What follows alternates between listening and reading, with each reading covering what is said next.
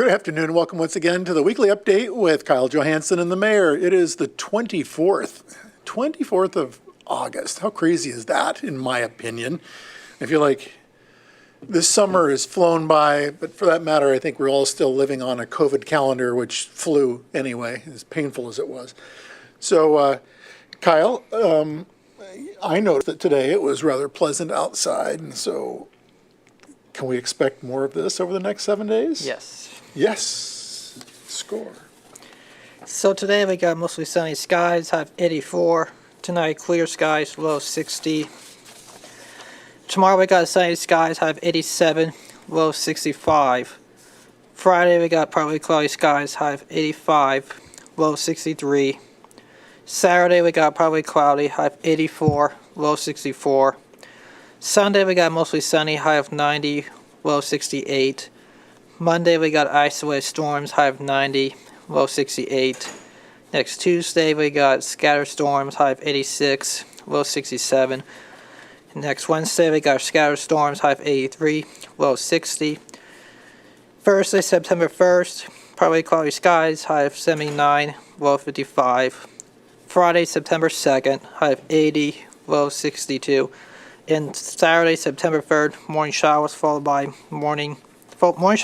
afternoon sunshine, high of 81, low 60 degrees.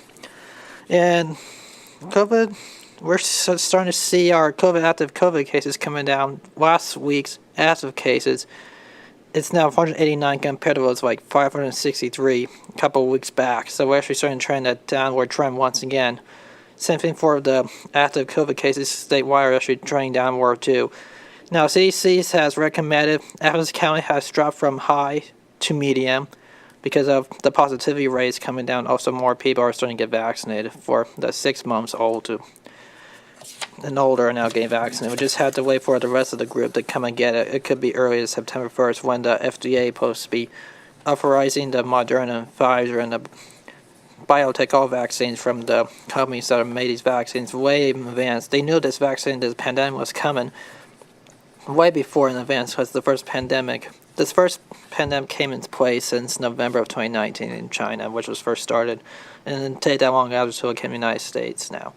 And we are still in this endemic mode from pre-pandemic to pandemic, and now it's endemic, which is what like flu was. Flu was a pandemic, now it's an endemic. So like now it's a seasonal thing now as well, which was now it's that time of the year. To get your flu shots, it's from now till mid-October. It's the best time to get the flu shot, and also the booster vaccines could get approved for boosters for basically the rest of the ages. For like boosters can now be for 5-year-olds and older beginning September 1st, and the rest of the group will wait till at least like Christmas time. That's how those vaccines work, because the vaccines are actually really working against this pandemic, which we are in a better place than we were this time last year, even the year before that. In sports, tomorrow night at the stadium, we got the Fan Fest from 6 to 8. Students, fans, and community members are invited to join. It's free. It's open to the public. They'll have free pizza from the head coach, Tim Albin, on the new turf called Frank Solich Field, to honor Frank Solich of his career on being on the football team coach for 16 years.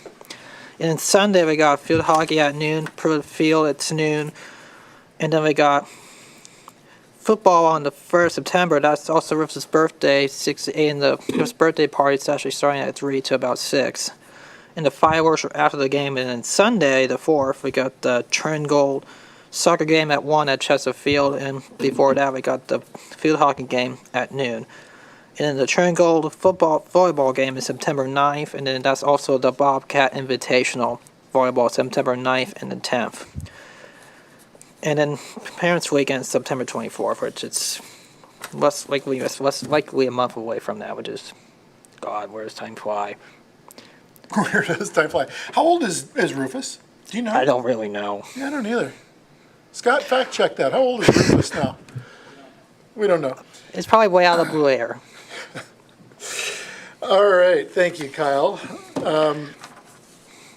There's not a whole lot to report out this week other than the Ohio University students are back. And they are back in force. They have the largest, or one of the largest incoming freshman classes, certainly the largest they've seen in a long time, if at all. So I've certainly noticed that there are more people in the uptown area, more people cruising around campus in general. So welcome back, Bobcats. It's always really amp itself up in terms of the electricity that you see in the uptown area.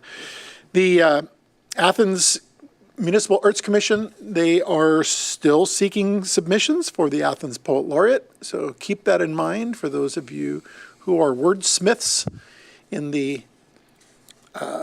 poetry world. Nominate yourself, or if you know someone, nominate them. Easy to do. I would just go to the city's website, and I'm sure that there is an easy to access nomination form. Go to the city's website under the Athens Municipal Arts Commission, and you can check it out there. Something else that's going on in the arts world is that we have the Cat's Pajama Clothing Exchange, and that's at Arts West. That is going to be September 30th, so it's a little ways out, but always good to prepare.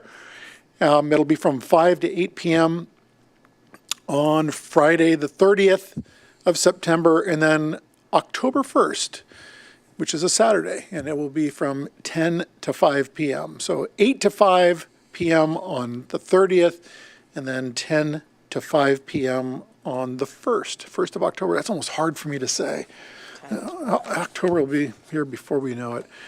Anyway, you can, I'm sure, go to the Arts West, city's website under Arts West, and you will find all the specifics.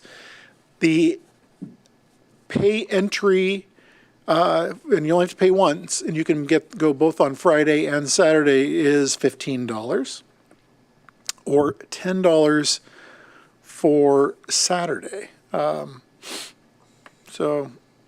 let me rephrase that. Either pay $15 on Friday, and it'll get you in both days, or pay $10 on Saturday, and it'll get you in on Saturday. So if you want to miss out on you may miss out on some good things if you don't hit Friday and Saturday, but if you can't make it, $10 Saturday, there you go. The West Union Street improvement is coming at us. It's a project, and we are looking for public comments. The public comment period has been extended. I don't know what the actual time frame is, but again, I would imagine that it's easy to do by going to the city's website, and it'll pop right up under Engineering and Public Works, looking for comments on the West Union Street improvements. Boards and commissions, there's an interesting event going on this evening. It's training. It is training for all of our boards and commissions when it comes to things like Robert's Rules and Sunshine Law. So it'll be a good training session.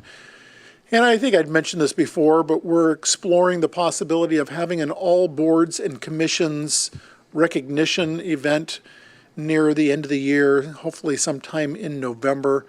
And it's basically a big thank you to everyone who volunteers to serve on our 20-plus boards and commissions for the city of Athens. Speaking of one of our major, they're not a board and they're a commission, it's the city council. It's a council. So they will not be meeting Monday night because it is the 5th Monday of the month. But they will be back again, and this is worth mentioning as well. The weekend after is Labor Day, Labor Day weekend. I almost said Memorial Day. Labor Day weekend.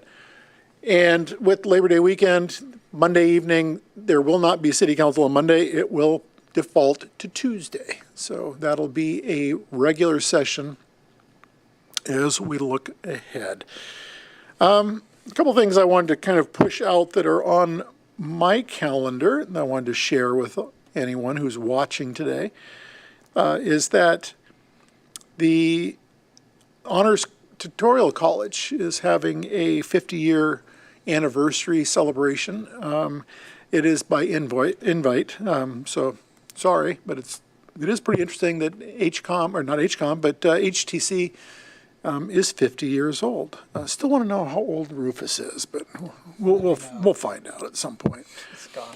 Next year we have a really interesting visitor who's coming to Athens, and that is Mayor Robert Halfacre. He's coming to us from Clemson, South Carolina. I met with Robert at Clemson at the International Town Gown Association meeting, and he was in the session to where President Hugh Sherman and I were talking about the collaborations and projects where the city and the university work together and have worked together very well. At least under my tenure, I know that things have continues to improve with the relationship between the university and the city. And so he was so impressed with some of the things that we were speaking on at that conference that he wants to come up to Athens. So he will be here on Friday. No, he won't. He'll be here on Monday and Tuesday. And we'll be coming up to better understand how it is and that we work so well together and what we work together on under our MOU, Memorandum of Understanding, between the city and the university. So that'll be pretty exciting to have one of my counterparts from another part of the country coming up to better understand how it is we work so well together. The other thing I want to share is I have just been invited to attend a meeting at the White House in Washington, D.C. on September 7th. So I will be traveling there as we're letting the president and vice president know all the different things that, how we're benefiting from some of the things that have occurred through our Congress and through the Senate with the BUILDS Act and the CHIP Act and several other things that have transpired, things that are flowing in terms of money coming in for infrastructure and elsewise. So it'll be good to be able to head out to Washington, D.C., to the White House and speak on some of those things.